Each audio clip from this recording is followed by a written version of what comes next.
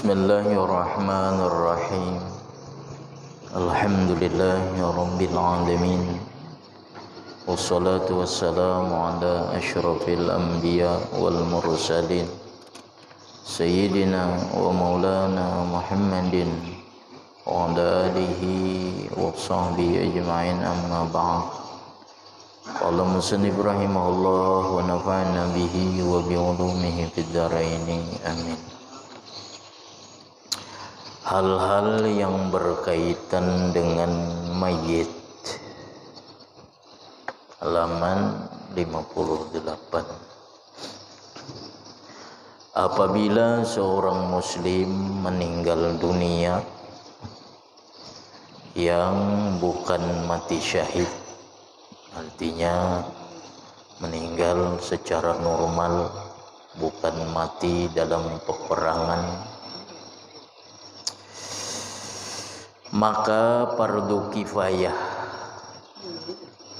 atas orang-orang yang mengetahuinya 4 macam.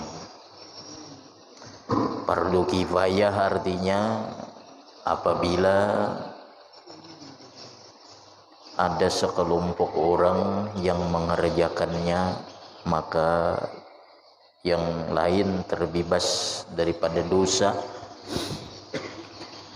Namun apabila tidak seorang pun mengerjakannya atau sekelompok orang tidak ada yang mengerjakannya, maka yang lainnya seluruhnya mendapat dosa. Nah, apabila seorang muslim meninggal dunia yang bukan mati syahid, maka fardu kifayah orang-orang yang mengetahuinya, orang-orang yang tahu, yaitu 4 macam. Pertama, memandikannya. Yang kedua, membungkusnya atau mengafaninya. Yang ketiga, menyembahyangkannya. Yang keempat, menanamnya atau menguburnya. Apabila yang mengetahui hanya seorang, keempat macam ini hukumnya fardu ain.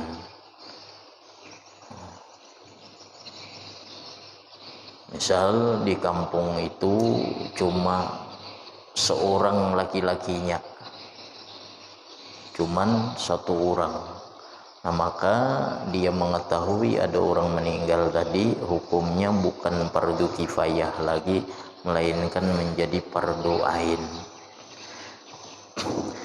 Jadi apabila ada orang meninggal yang bukan mati syahid, maka wajib kifayah atas orang kampung tersebut yang mengetahuinya 4 macam.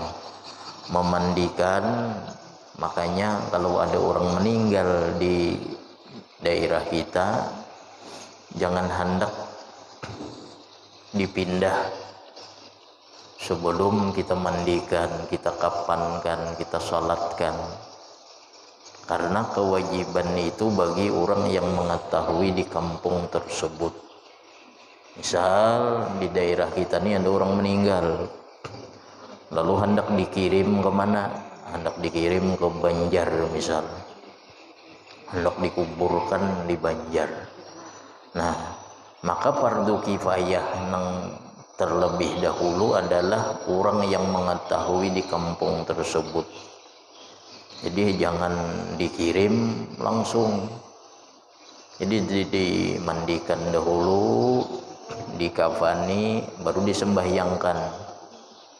Nah, karena masalah menguburnya, di dalam mazhab kita Imam Syafi'i tidak boleh memindah mayit dari tempat meninggalnya, kecuali memindahnya itu ke masjid ke Masjidil Haram atau di tanah Mekah, karena mengambil berkah di sana. Jadi kalau ada orang meninggal di daerah kita, menurut mazhab Syafi'i wajib dikuburkan di daerah tempat ia meninggal. Nah, adapun mazhab Imam Malik boleh memindah jenazah dari tempat meninggalnya ke tempat lain, dikuburkan di tempat lain. Nah, jadi kalau hendak memindah jenazah dari tempat meninggalnya itu bertaklid mengikut mazhab Imam Malik. Misal ada orang meninggal di tempat kita sini, nah keluarganya hendak menguburkan ke Banjar, ke Kalsel. Dalam mazhab Syafi'i, di mana orang meninggal di situ dikuburkan.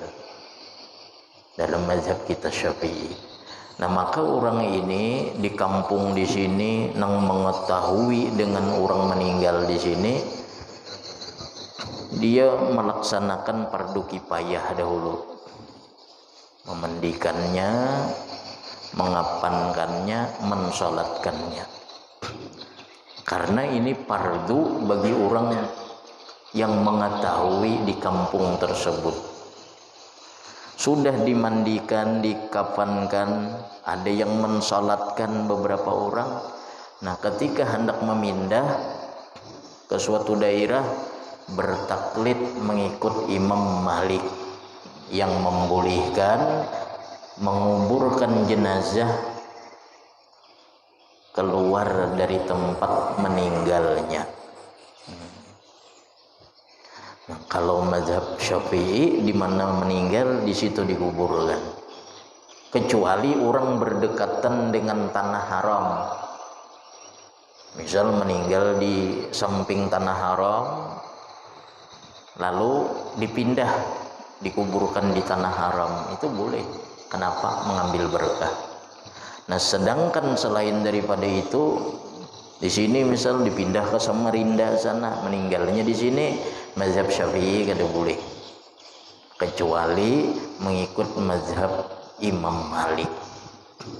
Nah, ini apa? Ihtilaful a'immah rahmatun lil ummah. Perbedaan pendapat para ulama itu menjadi rahmat bagi umat.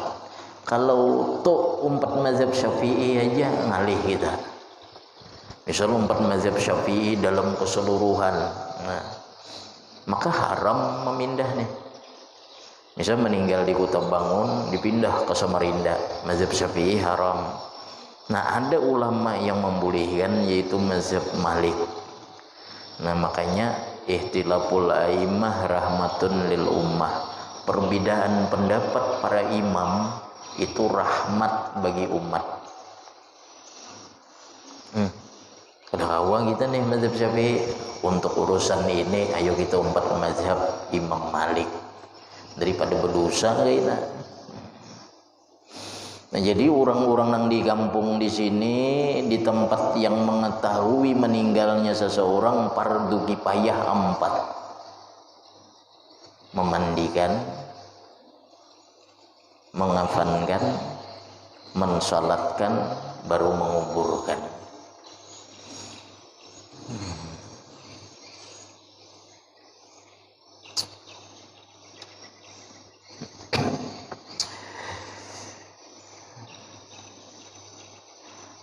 Apabila yang mengetahui hanya seorang, keempat macam itu hukumnya fardu ain. Paham lah nang tadi itu? Kau dipaham tadi? Nang 4 macam tadi itu. Fardu kifayah bagi orang yang mengetahuinya. Jadi bila orang meninggal di sini, jangan disuruh dibawa langsung, kecuali kita sudah melakukannya, menyelenggarakan fardu kifayahnya.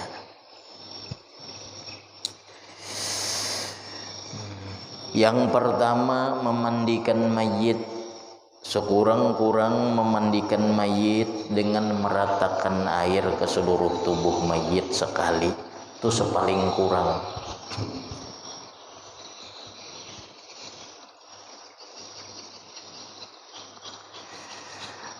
Dan memandikan mayit ini sekurang-kurang memandikan mayit itu meratakan air ke seluruh tubuh meskipun sekali. Jadi seandainya kada pakai tata cara, kepala dahulu, baru ke sebelah kanan, baru ke sebelah kiri, meskipun tidak pakai tata cara itu sah, karena mandi di sini meratakan air ke seluruh tubuh. Seandainya dibasahinya seluruh tubuh dengan cara bagaimanapun sah. Direndamnya aja misalnya, angkatnya misal, sah aja juga.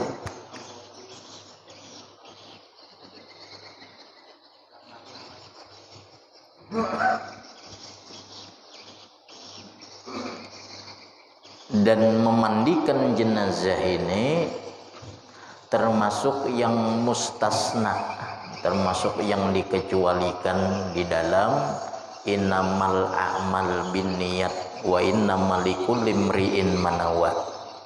Tiap-tiap amal itu dengan niat, dan tiap-tiap perkara itu apa niatnya. Memandikan jenazah sekalipun tanpa niat hukumnya sah. Nah, ini bedanya. Ini sesuatu yang mustasna. Kan dalam hadis Nabi, innamal a'malu binniyat wa innamal likulli imri'in manawa. Sembahyang ada niat, berwudu ada niat, tayamum ada niat. Memandikan jenazah ini meskipun tanpa niat hukumnya sah.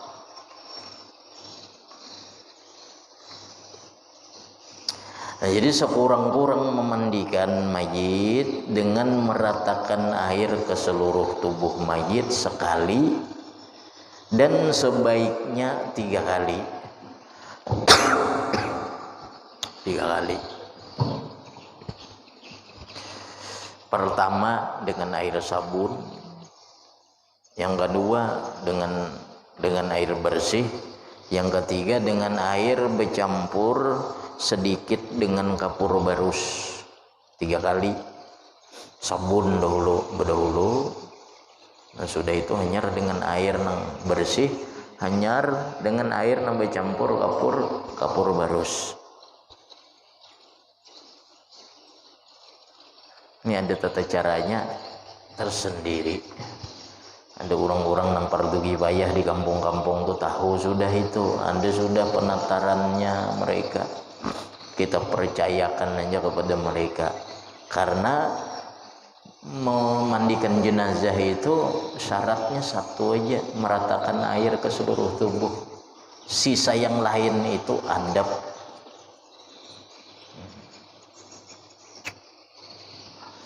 Tata cara.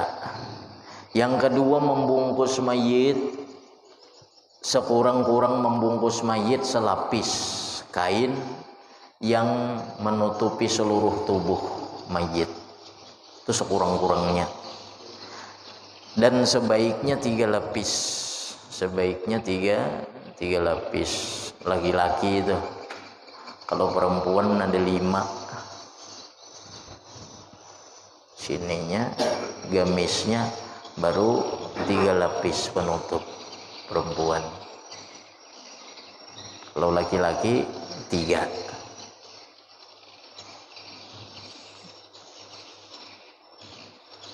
Apa namanya nih, perempuan di sini dahulu kepala sampai tertutup sini, baru gamis 2, baru kain 3 lapis, jadi 5. Astar, perempuan itu lebih tertutup daripada laki-laki sampai mati kayak itu. Dalam sembahyang sama, laki-laki disuruh membuka antara siku dengan lambung, perempuan disuruh rapat. Laki-laki disuruh merenggangkan antara perut dengan paha ketika sujud. Laki-laki antara perut dengan paha disuruh merenggangkan, perempuan disuruh rapat. Jadi dalam keadaan apapun, perempuan itu disuruh lebih tertutup dari laki-laki. Makanya ada istilah aurat laki-laki seperti ini, aurat perempuan seperti ini. Jadi dalam agama Islam, perempuan itu disuruh lebih tertutup, bahkan sampai ke mati. Sampai ke mati. Laki-laki 3 lapis, bini-bini tadi kalau dihitung keseluruhan tuh 5. Cuman sekurang-kurangnya selapis. Ada lagi kain selapis nang menutupi seluruh tubuh mayit. Nah, sebaiknya 3 lapis. Kemudian menyembahyangkan mayit, rukun-rukunnya pertama niat beserta takbiratul ihram. Yang kedua berdiri bagi yang puasa.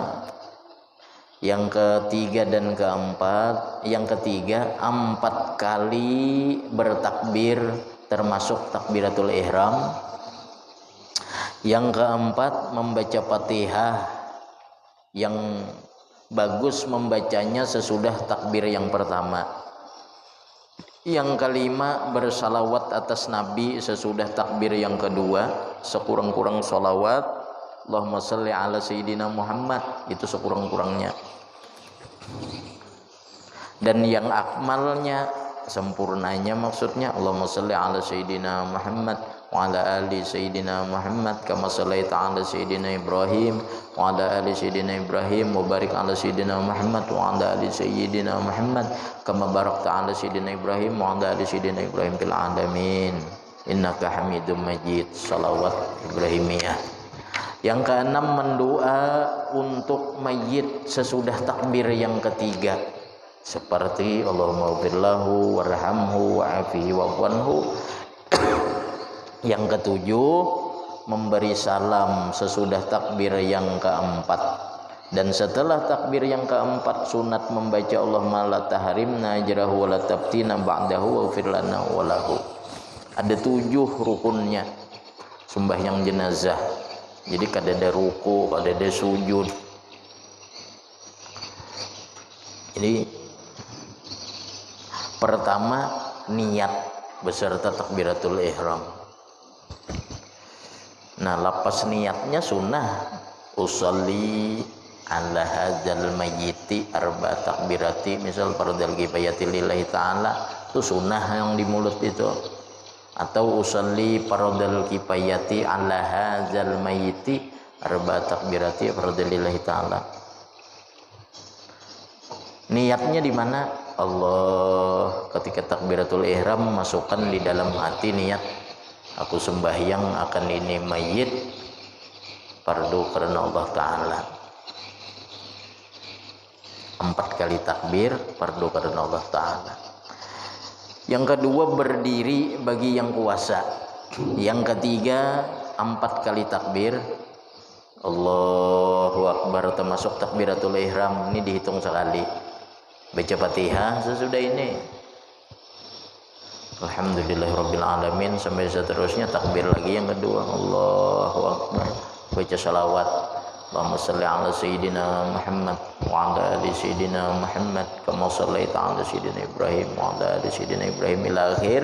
Takbir lagi ketiga Allahu Akbar, baru Allahumma firlahu warhamhu wa'afihi wa'fuanhu waghfir lana wa lahu, dan seterusnya. Allahu Akbar, Allahumma la tahrimna ajrahu wa la tabtina ba'dahu waghfir lana wa lahu. Allah nak panjang wa li ikhwanina alladzina sabaquna bil iman, dan seterusnya. Nah, sesudah ini salam. Assalamualaikum warahmatullahi wabarakatuh. Nah, tambahi aja wabarakatuh kalau sembahyang fardu kifayah. Assalamualaikum warahmatullahi wabarakatuh. Kalau sembahyang biasa jangan ditambahi wabarakatuh.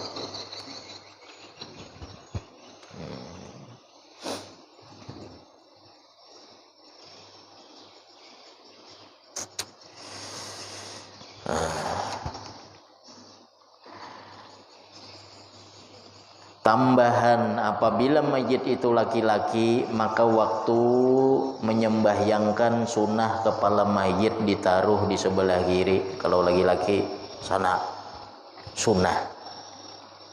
Dan jika perempuan kepalanya sunnah ditaruh sebelah kanan situ. Jadi bibinian situ kepalanya, lalakian situ. Seandainya kanan keduanya bang, boleh aja juga, sunnah aja juga. Cuman yang terlebih utama bila perempuan sebelah kanan kepalanya, ingat ya, laki-laki sebelah kiri. Seandainya kanan keduanya boleh aja juga. Jangan bakal hian gara-gara itu kan.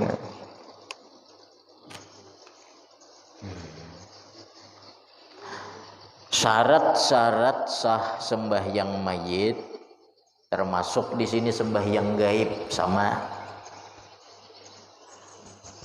Sesudah mayit itu suci, artinya sudah dimandikan. Syarat sah sembahyang mayit, menyembahyangkan mayit bila mayitnya sudah dimandikan. Nah sama sembahyang gaib itu nah. Ayo aja kita sembahyang gaib. Mayitnya di sana belum dimandikan, kita sembahyang gaib sudah. Kada sah kayaknya. Misal sembahyang gaib itu kan kita jauh. Jam berapa orang menyembahyangkan di sana? Misal jam 10 di Banjar sana. Jam 10 kita menyembahyangkan, jam 8 sembahyang gaib di sini. Mayitnya di sana belum dimandikan lagi, kada sah. Jadi syarat sahnya mayitnya sudah suci. Pelupang kayaknya. Ayo aja kita sembahyang gaib. Orang di sana belum apa-apa lagi, sembahyang gaib sudah kita di sini. Nah jadi di sana harus syaratnya sudah dimandikan. Nah apalagi nang di hadapan syaratnya mayit itu sudah suci, sudah dimandikan. Yang kedua syaratnya jangan terkemuka orang yang sembahyang dari mayitnya kecuali sembahyang gaib. Nah kalau gaib ada bapak mayitnya terkemuka. Dan gaib itu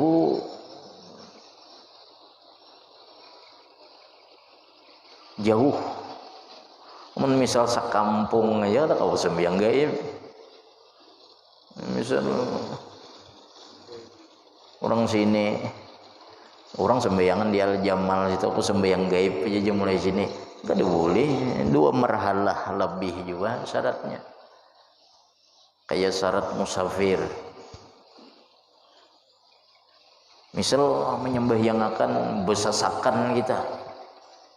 Sembahyang gaib aja sudah mau kayak itu nah.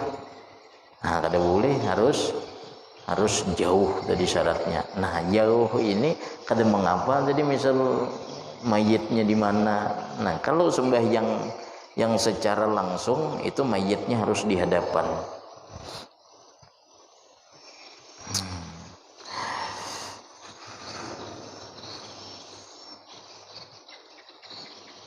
Nah, kemudian sesudah menyembahyangkan yang keempat menanam mayit. Menanam mayit. Ringkas saja di sini. Sekurang-kurang menanam mayit itu dalamnya sekira-kira jangan sampai timbul bau keluar dan jangan sampai dapat dibongkar binatang.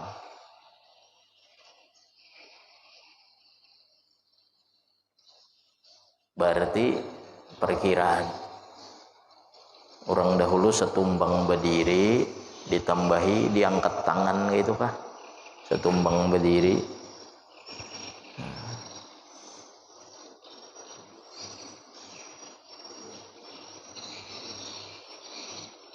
sekira-kira mayit itu baunya jangan keluar dan jangan sampai binatang bisa membongkar. Nah itu perkiraan orang kampung situ aja lagi.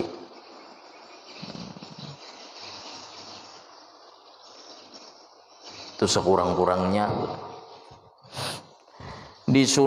Disunatkan dalamnya kubur itu sepedirian sehasta. Nah ada di sini rupanya. Disunahkan dalamnya kuburan itu sekedirian sehasta. Jadi berdiri tambahi sehasta lagi. Setumbang berdiri ditambahi 1 hasta. 1 hasta itu sekitar 48 kah? 48 cm.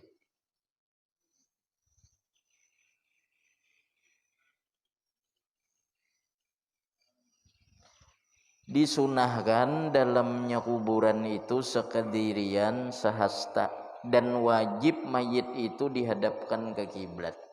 Wajib dihadapkan ke kiblat, hukumnya wajib. Faidah besar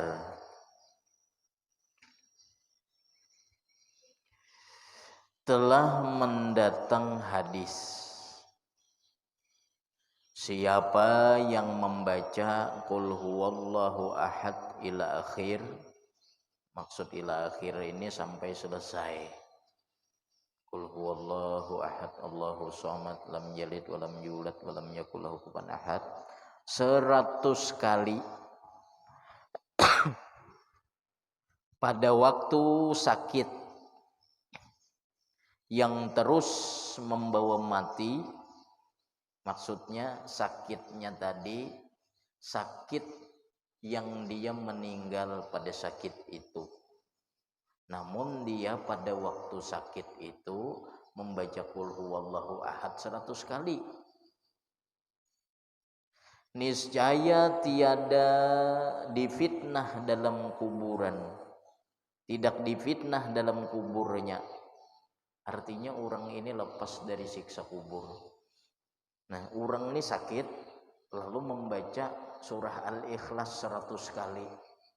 Qul huwallahu ahad Allahu samad lam yalid walam yulad walam yakul lahu kufuwan ahad. Qul huwallahu ahad. Hendak pakai bismillah, baik lagi bismillahirrahmanirrahim. Qul huwallahu ahad Allahu samad lam yalid walam yulad walam yakul lahu kufuwan ahad. Bismillahirrahmanirrahim. Qul huwallahu ila akhir sampai 100 kali waktu sakit. Dan pada sakit itu ia meninggal, maka orang ini terlepas daripada fitnah kubur, siksa kubur, dan selamat dari dijepit bumi dan melalui titian siratal mustaqim di atas sayap malaikat.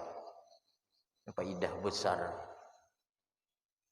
Jadi bila orang garing tuh baca qul huwallah 100 kali, barangkali itu adalah sakit yang membawa dia mati. Sakit pinasa-sasak napas, baca ya qul huwallah 100 kali, sekalinya mati. Nah, orang ini kada disiksa kubur, kada dijepit bumi, dan melalui siratal mustaqim nanti di sayap malaikat terbang.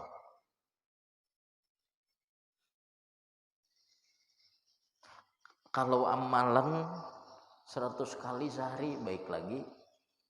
Misalnya sehari 100, sehari 100, suatu saat betukan matinya sama aja juga. 100 kali sehari bacanya qul huwallah. 20 sesudah zuhur, 20 sesudah asar, misal 20 sesudah maghrib, isya, subuh, 100 tuh jumlahnya sehari. Dicicil, boleh aja kredit nih tuh, dikredit 20 habis sembahyang 20, habis sembahyang 20, sehari 100.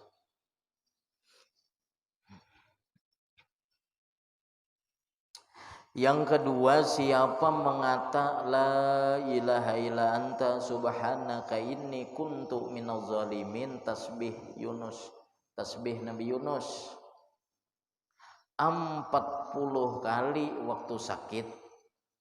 Waktu sakit rupanya membaca qul huwallah tadi asal panjangan. Surah Al-Ikhlas ini 100 kali pulang, sudah terpanjang terbanyak 100 kali. Nah, tasbih Nabi Yunus ini 40 kali aja, la ilaha illa anta subhanaka inni kuntu minaz zalimin, la ilaha illa anta subhanaka inni kuntu minaz zalimin, la ilaha illa anta subhanaka inni kuntu minaz zalimin. Jangan kuntum, jangan kuntum, artinya belain kayaknya la ilaha illa anta, tiada Tuhan selain engkau, subhanaka maha suci engkau, ini sesungguhnya aku, kuntu adalah aku, minaz zalimin termasuk orang yang zalim. Ini kan pengakuan kepada Allah. Kalau kuntum kalian kayaknya memedahkan orang zalim, la ilaha illa anta, tiada Tuhan selain engkau, subhanaka maha suci engkau, ini sesungguhnya aku, kuntum minaz zalimin kalian termasuk orang zalim. Jadi dibacanya kuntu minaz zalimin. Jangan disambung di situ. Kada sengaja Bang Guru, kada apa-apa aja, kada sengaja tuh kada ada hukum. La ilaha illa anta subhanaka inni kuntu minaz zalimin.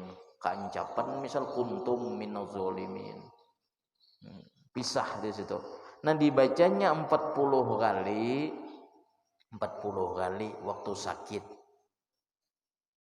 Kemudian mati, artinya ia membaca ini pada waktu sakit, yang sakitnya itu membawa ia mati. Niscaya diberi pahala orang yang mati syahid.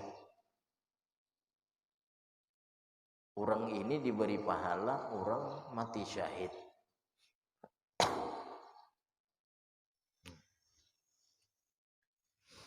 Nah, kemudian bab tentang mati syahid. Mati syahid itu terbagi kepada 3. Kenapa terbagi 3? Penyelenggaraannya nanti berbeda. Penyelenggaraannya berbeda. Ada yang dikuburkan aja langsung, tergantung syahidnya. Jadi berbeda syahid, berbeda penyelenggaraan jenazahnya. Nah, ada syahid dunia dan akhirat. Ada syahid dunia dan akhirat. Yang kedua, ada syahid dunia saja. Syahid cuma dunia aja. Yang ketiga, ada syahid akhirat saja. Syahid dunia akhirat, syahid dunia, ada syahid akhirat. Syahid dunia dan akhirat ialah orang yang mati dalam peperangan melawan kafir untuk mempertahankan ketinggian agama Islam.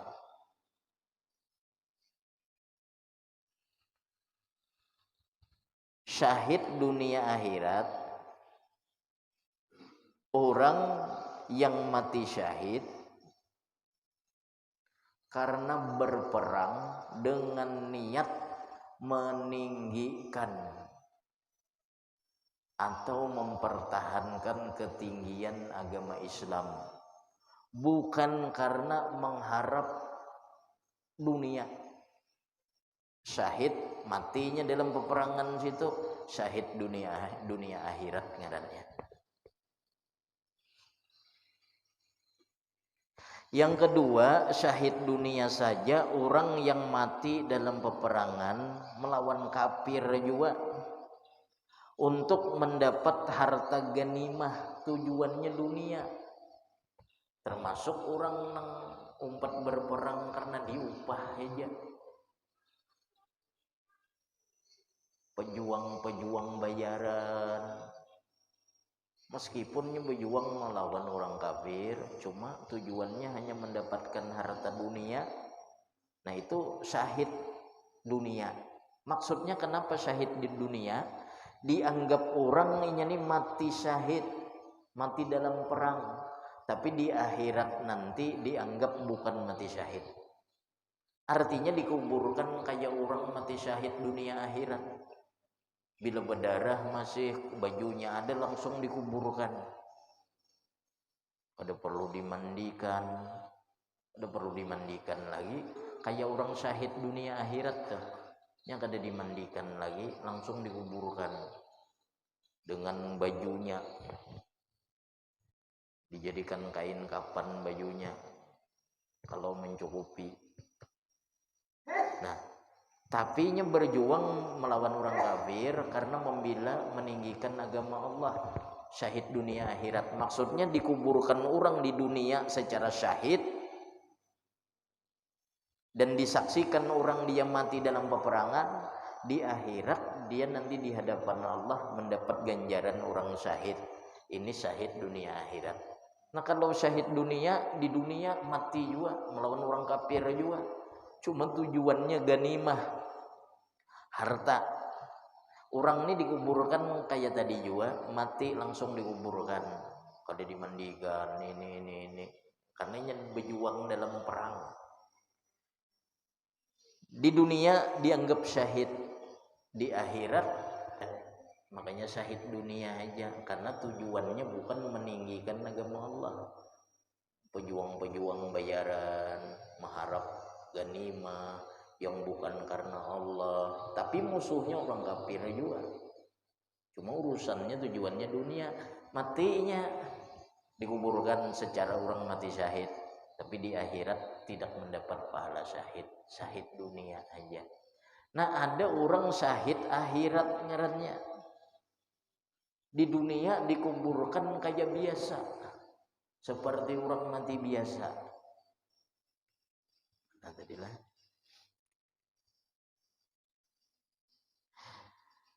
ialah orang yang mati di dalam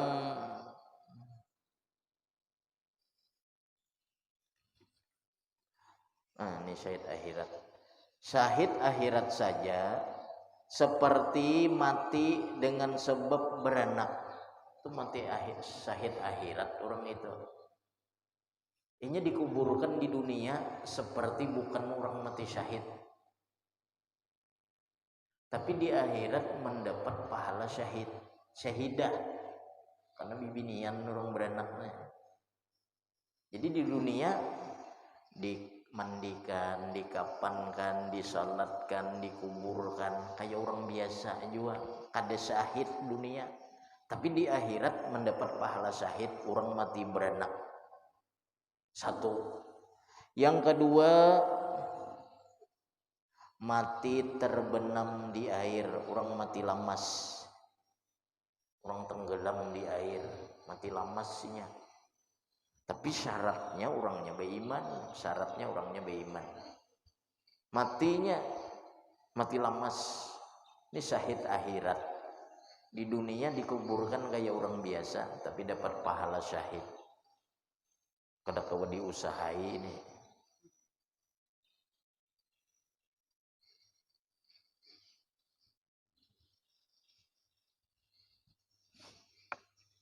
Kemudian mati terbakar, orang mati terbakar sama syahid akhirat juga.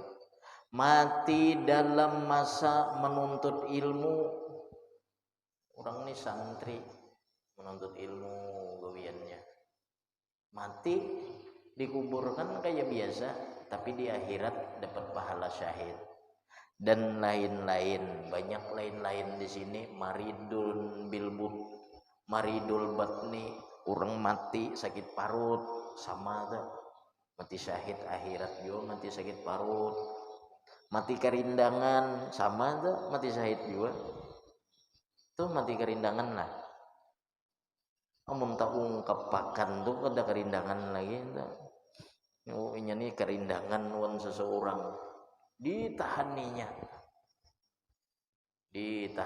aja melamar kada berduit, bepadah takutan kalau kada diterimanya, dipandamnya aja sampai mati. Syahid akhirat juga itu. Banyak lagi syahid akhirat nih, banyak. Nah, syahid yang pertama dan kedua tidak boleh dimandikan. Nang mana berjuang melawan orang kafir dalam peperangan, mati. Yang pertama tujuannya meninggikan agama Allah. Yang kedua tujuannya harta ganimah, mati berdarah. Sama kedua-duanya kada boleh dimandikan karena dianggap syahid. Dan disembahyangkan, kada dimandikan, kada disembahyangkan, hanya wajib dikafan dan ditanam. Di kain kapan kalau bajunya kada cukup, ditambahi kain baru dikuburkan. Orang yang mati syahid dalam peperangan itu dua aja, dikafani dan dikuburkan. Kalau ada bajunya dalam perang tuh cukup, bajunya tuh aja boleh. Bila kada cukup ditambahi kain kapan. itu dikuburkan. Itu nang pertama dan kedua jadi syahid dunia akhirat dan syahid dunia. Nah, syahid yang ketiga nang syahid akhirat tadi itu nah, orang mati beranak, mati melahirkan, mati menuntut ilmu, mati lamas, mati terbakar. Nah, pelaksanaannya seperti tidak syahid. Artinya wajib dimandi, dikafani, disembahyangi, baru dikuburkan. Nah, jadi disembahyangkan, dikuburkan. 4 macam gaya biasa. Nah, sebenarnya ada kitabnya khusus membahas siapa-siapa yang dianggap syahid akhirat itu ada. Termasuk mati sakit parut sama. Nah, mati dalam wabah tahun lain corona itu lain dianggap tahun belum.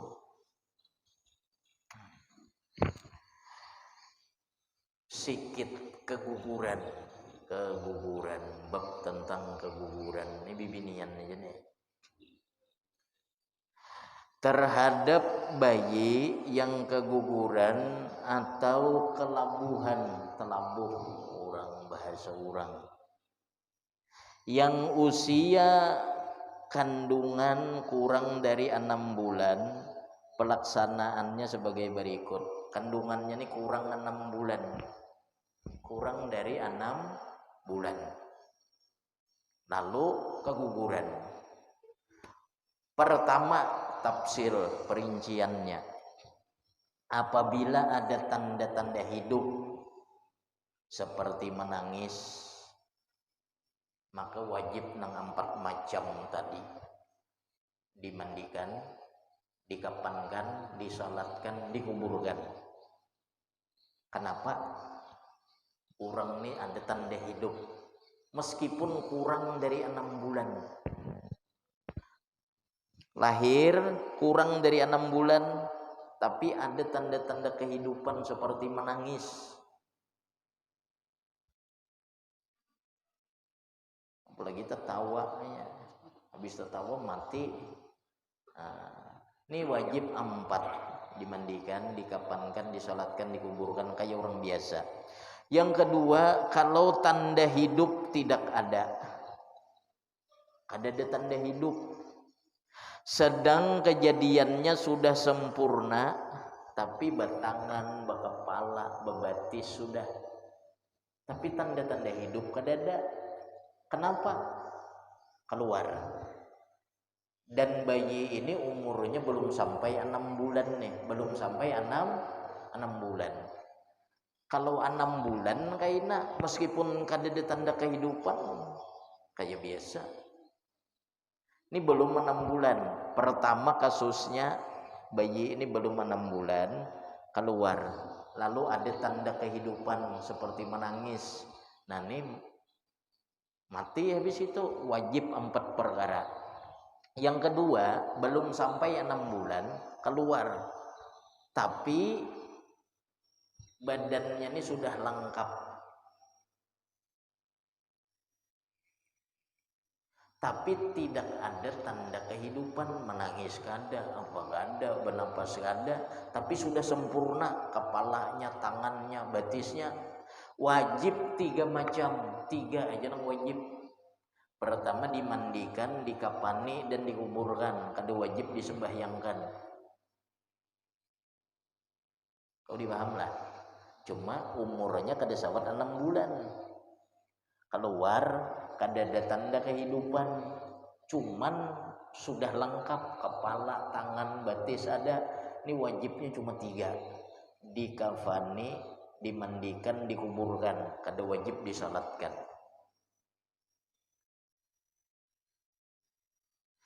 Yang ketiga, kalau kejadiannya tidak sempurna, kada ada wajib apa-apa. Pertama, kurang dari 6 bulan, cuman kada berbentuk apa-apa, tangan balum, batis balum, kepala balum, kada wajib apa-apa. Tapi sunnah dibungkus dan ditanam, sunnah Sunnah dibungkus dikuburkan, cuma kada wajib. Artinya seandainya kada dikuburnya, kada ditanamnya, kada dibungkusnya, dibuangnya aja, kada berdosa. Cuma sunnah dibungkus dikuburkan. Kayak apa tadi? Kurang dari 6 bulan, keluar kada ada tanda kehidupan dan kada ada berbentuk apa-apa, kada ada kewajiban. Cuma sunnah dibungkus dan ditanam. Nah, ada apabila bayi yang keguguran itu usia kandungan lebih dari 6 bulan, pelaksanaannya semacam orang tua. Adakah tanda kehidupan? Kadakah? Cuma umurnya 6 bulan sudah kandungannya, lahir itu wajib 4 macam. Dimandikan, dikafani, disembahyangkan dan dikuburkan. Nah, jadi 6 bulan ini sebagai ukuran. Makanya ada biasanya orang tuh hamil lalu melahirkan. Hamilnya nih kawin, nikah, kawin. Ternyata hamil. Usia kehamilannya ini sesudahnya nikah ini hamil cuma 5 bulan melahirkan. Ini nisbahnya kayaknya anaknya ini ke mamaknya, lain ke abah. Kenapa? Karena tidak memungkinkan abahnya ini sebagai apa? Nasabnya. Jadi misal orang nih kawin, ternyata perempuannya ini langsung hamil. Kehamilannya ini baru 5 bulan melahirkan. Maka nih nasabnya nanti lain ke abahnya, tapi ke mamaknya. Jadi kalau kawin hamil sesudah 6 bulan melahirkan, misal 7 bulan atau 6 bulan setengah melahirkan, ini nasabnya tetap ke abahnya, binnya tetap ke abahnya. Jadi batasnya berapa tadi? 6 bulan. Karena 6 bulan ini dianggap bisa jadi sempurna. Nah, jadi kalau bayi keguguran sebelum 6 bulan keguguran. Sebelum 6 bulan keguguran, bila ada tanda kehidupan wajib nang 4 macam. Bila kada ada tanda kehidupan tapi bentuknya sempurna, wajib 3 macam. Dikafani, dimandikan, dikuburkan. Nah, bila kada sampai 6 bulan dan kada berbentuk apa-apa, kada ada wajib apa-apa juga. Nah, kayak itu. Jadi kalau ada orang nikah, mbah dinikahi sakainya hamil sudah. Hamil biniannya nih hamil. Sebulan, 2 bulan, 3 bulan, 4 bulan, 5 bulan melahirkan sesudah kawin tadi tuh. 5 bulan aja melahirkan sudah. Nah, anaknya nih kayaknya kada ke abahnya binnya. Kenapa? Kada sampai 6 bulan. Kada memungkinkan sempurna kehamilan, berarti orang ini hamilnya di luar nikah. Tapi kalau 6 bulan baru melahirkan, ini masih memungkinkan hamilnya di dalam nikah. Di situ 6 bulan di situ dijadikan ukuran.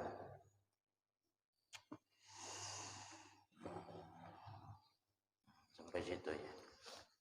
Al-Fatihah.